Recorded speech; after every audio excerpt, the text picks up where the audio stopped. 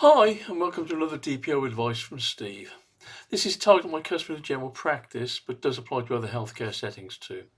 We're talking English law here and UK GPs working in the NHS. So, we commonly get requests from patients to change medical records.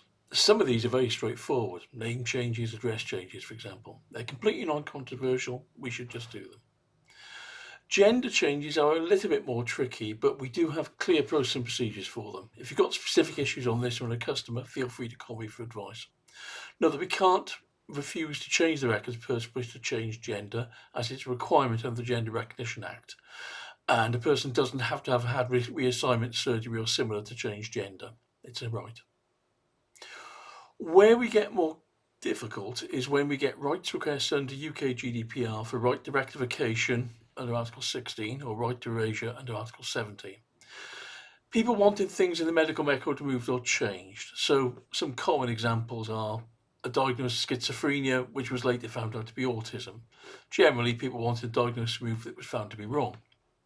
Drug and alcohol use, when people want them removed from their records because they've recovered and they believe they're being stigmatized because of it. Issues where the patient has information recorded, for example, a violent episode at a practice, which they believe didn't happen, either because they feel it was misinterpreted or because their mental state was such that they don't remember it.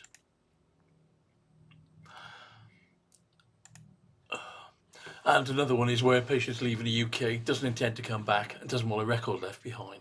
That's surprisingly common. Patients commonly ask for these under UK GDPR and are quite often surprised and upset when we say we can't do it. In general, we cannot change the patient's medical record in these ways. All we can do is add a note to the record entry stating the patient's view or the later diagnosis. The reason here is because we're required by law to maintain an accurate medical record, and removing or changing things in the medical record is falsification, which is professional misconduct. As an example, let's suppose I was diagnosed with schizophrenia as a younger person, treated for this a number of years with various drugs. Then later on, they realised it was really autism, and it became clear that symptoms were all due to that, not schizophrenia. Surely I can have that diagnosis deleted. It's only right, isn't it? Well, no, because of what the effect on the record would be. Think about the record of drugs I received. If we delete the diagnosis, then the record becomes very confusing. Why was I being prescribed all these specifics for schizophrenia when I never had schizophrenia? There could be a case of malpractice brought against the GP for incorrect prescribing in that case in the future. And this illustrates the general problem. The GP record isn't a set of individual incidents and diagnoses, it's a life story. It's important the story remains intact even where it's got errors in it. And the ICO has recognised this in their guidance, and so has the BMA and GMC. There are some circumstances where we can change the medical record. For example, if a hospital discharge letter was attached to the wrong patient and the patient notices it and says, oh, hang on a sec, that's wrong, and nothing else has been done with that, then yes, of course we can correct that because nothing else relies on it.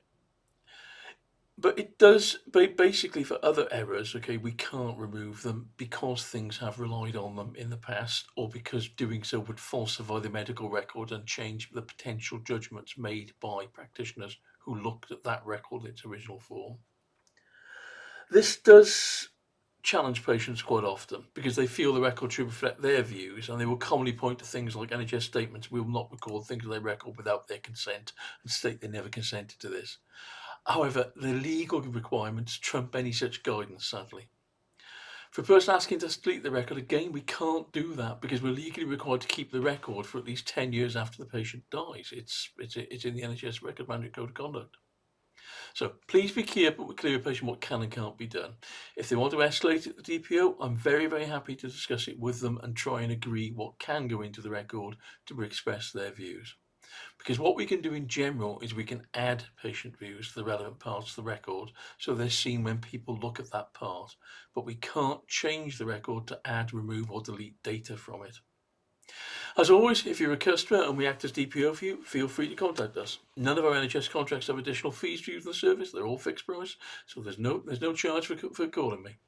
And as usual, if you're not a customer, drop us a line at sales@xcathedral.solutions to discuss becoming one. Thank you. Bye-bye.